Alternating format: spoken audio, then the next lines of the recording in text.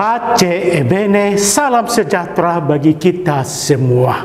Saya Pastor Octavianus Situngkir Kapusin hendak membawakan renungan harian kepada kita Sabtu Prapaskah pertama yang dikutip dari Injil Matius bab 5 ayat 43 sampai 48. Demikian bunyinya.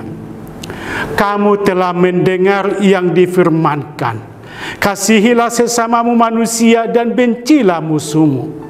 Namun aku berkata kepadamu, kasihilah musuh-musuhmu dan berdoalah bagi mereka yang menganiaya kamu. Dengan demikian kamu menjadi anak-anak Bapamu yang di surga. Sebab ia menerbitkan mataharinya bagi orang yang jahat maupun orang yang baik, dan menurunkan hujan bagi orang yang benar maupun orang yang tidak benar. Apabila kamu mengasihi orang yang mengasihi kamu, apakah upahmu? Bukankah pemungut cukai juga berbuat demikian? Apabila kamu hanya memberi salam kepada saudara-saudaramu saja, apa lebihnya perbuatanmu? Bukankah bangsa-bangsa yang tidak mengenal Allah pun berbuat demikian? Karena itu, haruslah kamu sempurna sama seperti Bapamu yang di surga sempurna. Demikianlah sabda Tuhan. Judul renungan kita, mengasihi seperti Bapa mengasihi tanpa batas. Undangan mengasihi, mencintai tanpa batas tersebar dalam keseluruhan kitab suci. Apalagi tuntutan Yesus untuk mengasihi itu sangat mendesak, mendalam dan tegas. Kasih melampaui batas persaudaraan kelompok, yaitu mengasihi musuh sekalipun. Dalam Injil hari ini, Sabtu Prapaskah pertama, Yesus berbicara tentang mengampuni dan mengasihi musuh sebagaimana Bapa mengasihi dan mengampuni. Kita sebagai anak-anak Tuhan harus mengikuti cara dan pola kasih Bapa itu.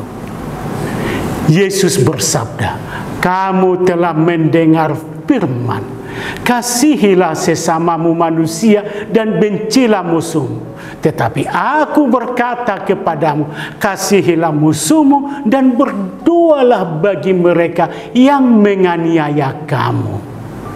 Karena dengan demikianlah kamu menjadi anak-anak Bapamu yang di surga. Tuntutan Yesus itu sungguh lain dari yang biasa. Sesuatu yang baru sama sekali.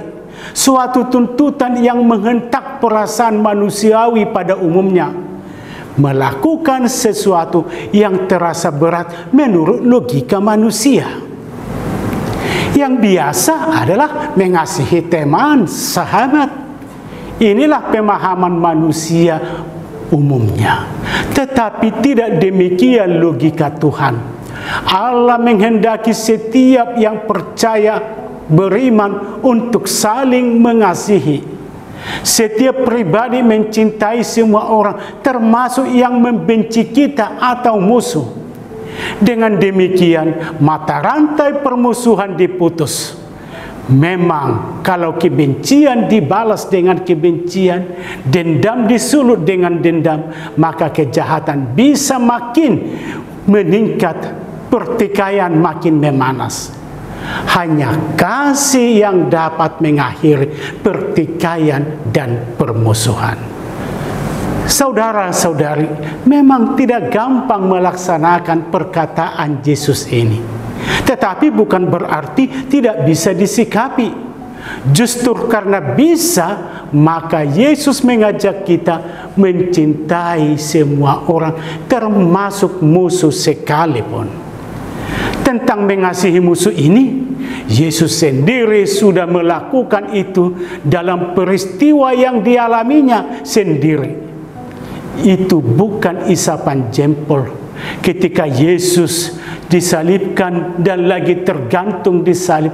Dia mengampuni mereka yang menjatuhkannya pada hukuman penyaliban, dan mereka yang langsung menyalibkan dan memakunya di salib.